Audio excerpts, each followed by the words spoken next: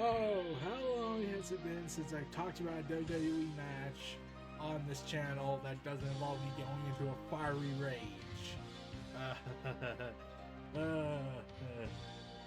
I think the last time I talked about WWE was WrestleMania, and I never finished the WrestleMania series because I was just that out of it at that point, even though I finished both nights.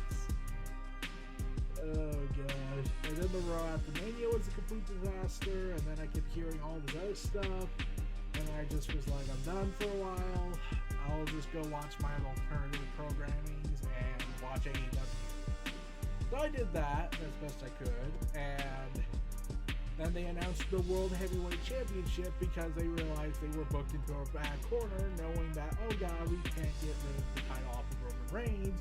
It's not like we could just do what we did at WrestleMania 2000 to end the situation, because that would require effort and remembering. And also having to inadvertently reference the guy who doesn't want to be brought up anymore in WWE because of his horrible action. But yeah, there was this big tournament. SmackDown Superstars were involved because fuck the logic. If I had to guess, I think Triple H was telling Vince not to do it, Vince did it anyways, and that made Triple H go ahead and respond with uber violence. That's just my dream thought process. I just wanted to happen at this point with Triple H beating the hell out of Vince. And I'm pretty sure you would be releasing his inner demons outside of it if you did that, so probably not. And Seth Rollins ultimately won, beating AJ Styles in what was heard to be a hellacious match at Saudi Arabia's Blood Money event Night of Champions. I had no care watching that. I still do not watch the Saudi Arabia shows under ideological protests. That, and also the fact that I've been hearing that WWE talent are now starting to ease more back into it. I'm just like, did you or did you not have a hostage situation a few years back that got covered up by mechanical issues? Is it because everyone was gone after that and only a few people were left behind that remembered? Or the fact that Vince looked at you all as dead weight and just fled the country? And it could have been a huge international incident considering how multinational the WWE corporation is. And if this was got out, it would probably lead to blood on the streets, metaphorically speaking, and a PR nightmare. But yeah, that had happened, and Seth Rollins won the title, aka the consolation prize. I have commented about the design of the title on my podcast, on NRE The WrestleVerse podcast. The logo is too big in my eyes, and the eyes on the lions' eyes with diamonds on, with the diamond studs on them, they look like they're in pain. So I recommend they change that and make the logo smaller, because it's not like anyone will know what that company logo represents. You don't need to smack a huge logo on it. You can make it medium sized, like the AEW World Belt big, but it still has a style to it, and I have mixed feelings about it. Mostly the diamond studs, but personally, and the big tacked logo on it. If anything, it felt like when I saw it, it was like they melded the big old bells and then slapped the logo with duct tape on it, and added some diamonds to the lines just to make it scream in pain. But Seth Rollins became the first inaugural World Heavyweight Champion because they're not continuing the legacy history of the old world title, because this is a new title, this is a new continuity, this is a new history, and WCW is definitely, or not even referencing the other run with the World Heavyweight belt that was killed off in 2013. So yeah, Seth Rollins would take on Damian Priest since Seth Rollins saying that this will not be a political, this will not be a part kind of belt. And it kind of is a political part because Seth Rollins almost didn't win this. There was a real case being made that Seth Rollins could actually lose to AJ Styles over this because he went to Hollywood and he's in Captain America New World Order and now retitled to Brave New World and whatnot. So heading into the show, Damian Priest has been given this massive push ever since the stuff with Bad Bunny. WWE is now more confident in him and they see him as a potential main event player. And this was basically one of his big tests he was given, besides carrying a celebrity to a great match. To the point that I believe the debate it should have been the main event closer, since Roman's not going to defend the title in Backlash for whatever reason. Yeah. So Seth Rollins wants to be the workhorse champion, Roman is the part-time champion, and Jon Moxley's the crazy uncle who beats the living hell out of everybody. It's a badass thing that looks at him funny in AEW. So I say all 3 members of the Shield are still ruling the rest of the world.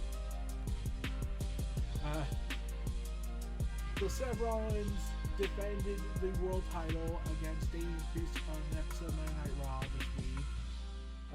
Then they had to also compete with Volta versus Kevin Owens, which is a match that came out of left field and was actually pretty good from what I heard, but I'll be the judge of that. Seth Rollins having this belt on him, I heard he several, and AJ Styles opened the show at Night of Champions. They opened the show because he was going back to America to film the movie. Not blame you. Get out there as fast as you can before this one gets something stupid.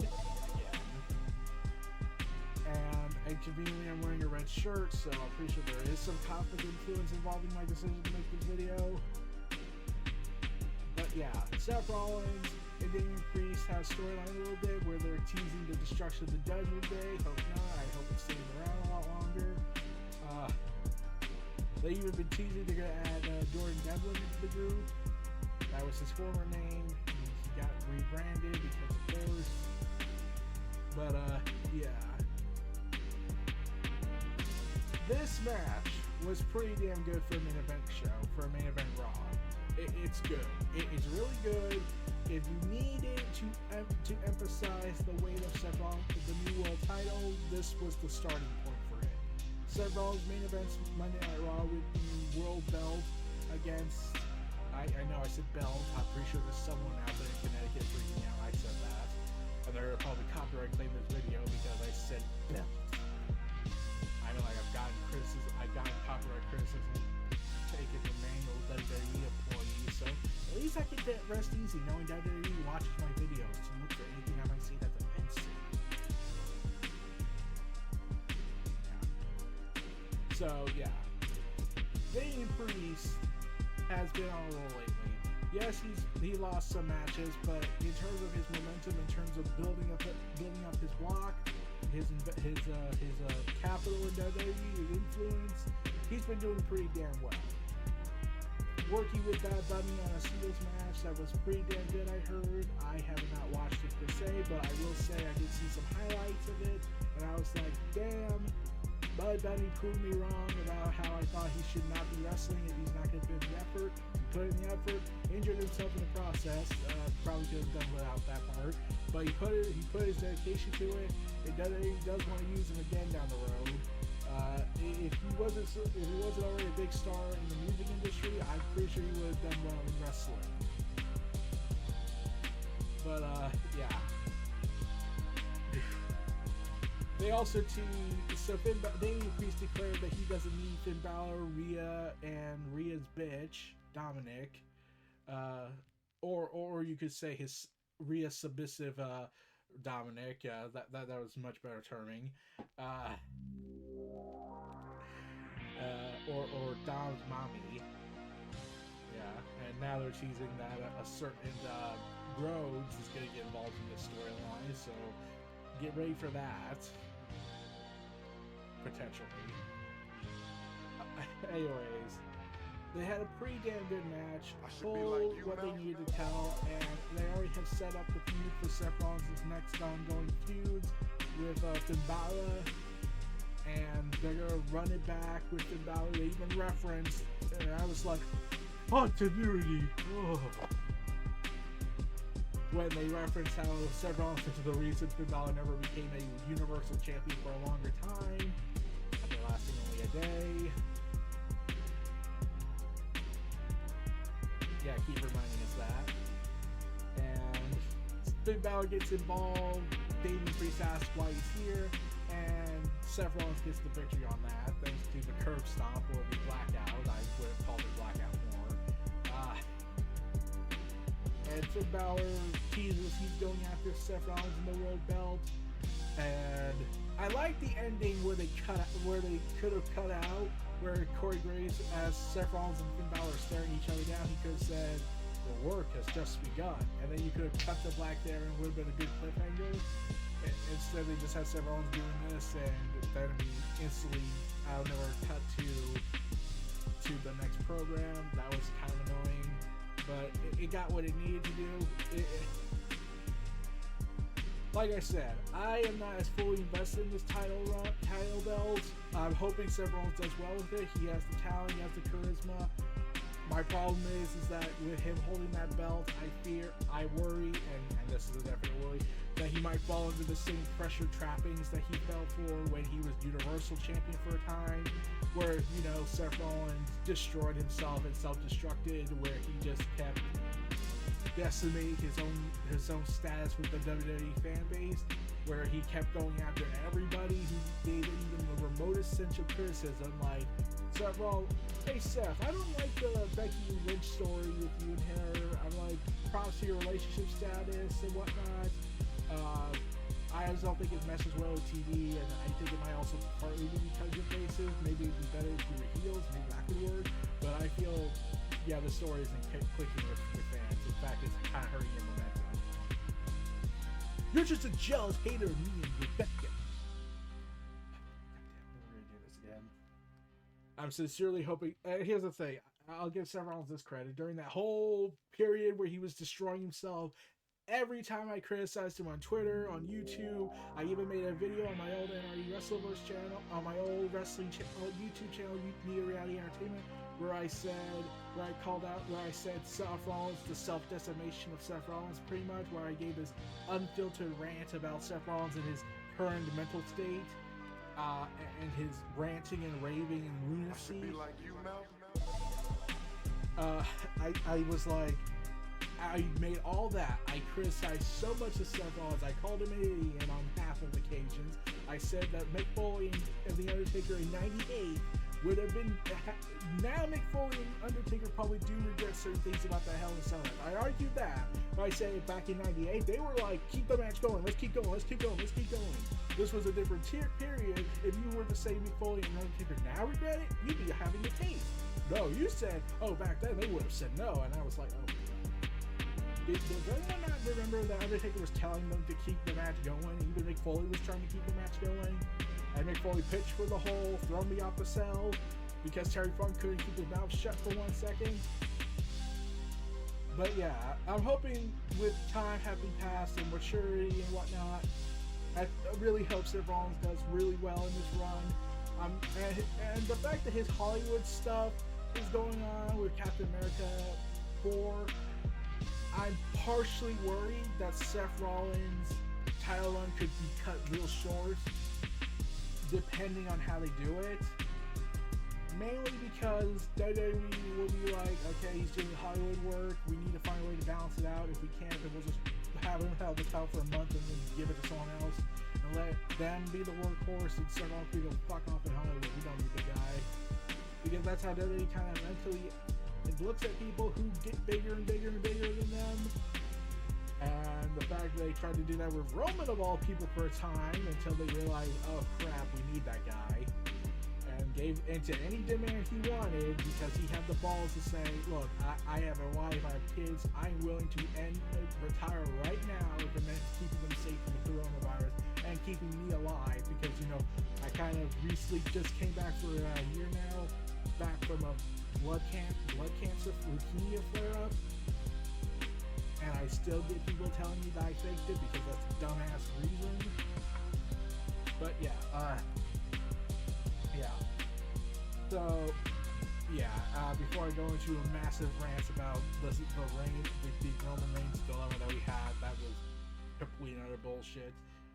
Seth Rollins, I'm wishing you luck on this title run. I hope you don't get screwed out of politickings because you're just having a side gigs for the most part. I don't even think you're a major character in the movie. I think you're just one of the servants. Unless you do a wrestling move on there, like Mercedes Moné did with Boba Fett, where she DDT'd him, which was freaking awesome still. But we'll see where that goes. I'm looking forward to more wrestling purity from Seth Rollins.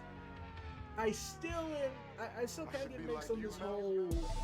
Okay, so I think Seth Rollins described his character about a year or so back, where he described it as being the Joker in a midlife crisis mode, and I was like, okay, that's a weird descriptor. And he kind of still acts like that, but he's being a face. I was just like, when did he exactly turn face again? I kind of lost track on that. I thought he was still a heel heading into the tournament, but then he just suddenly became a face. Okay. And I'm hoping Cody Rhodes doesn't fight him this time for the title, because let's be real, we don't need to keep illustrating the fact the story will never finish, because Cody winning the consolation belt would have been a stupid move. They even were thinking of doing that before Cody Rhodes. They had The Rock been coming back, and then they would have done this whole tournament before Mania, which says a lot. So yeah. Props to Seth. Good luck, man, with the world belt. I hope you do well with it. I hope you have a good run. And I hope you are able to elevate it into a position it needs to be in, especially with Roman Reigns' 1,000-day dominance. And maybe the retiring of the old WWE belt would be kind of a stupid route, but that's just me. This was your host of Neo Reality Entertainment, and NRE The WrestleVerse, your host, Eric Brown. Feel free to like, comment, subscribe, check out our content and description for more, see y'all again next time. Peace and take care, and have a good day, everybody. Peace.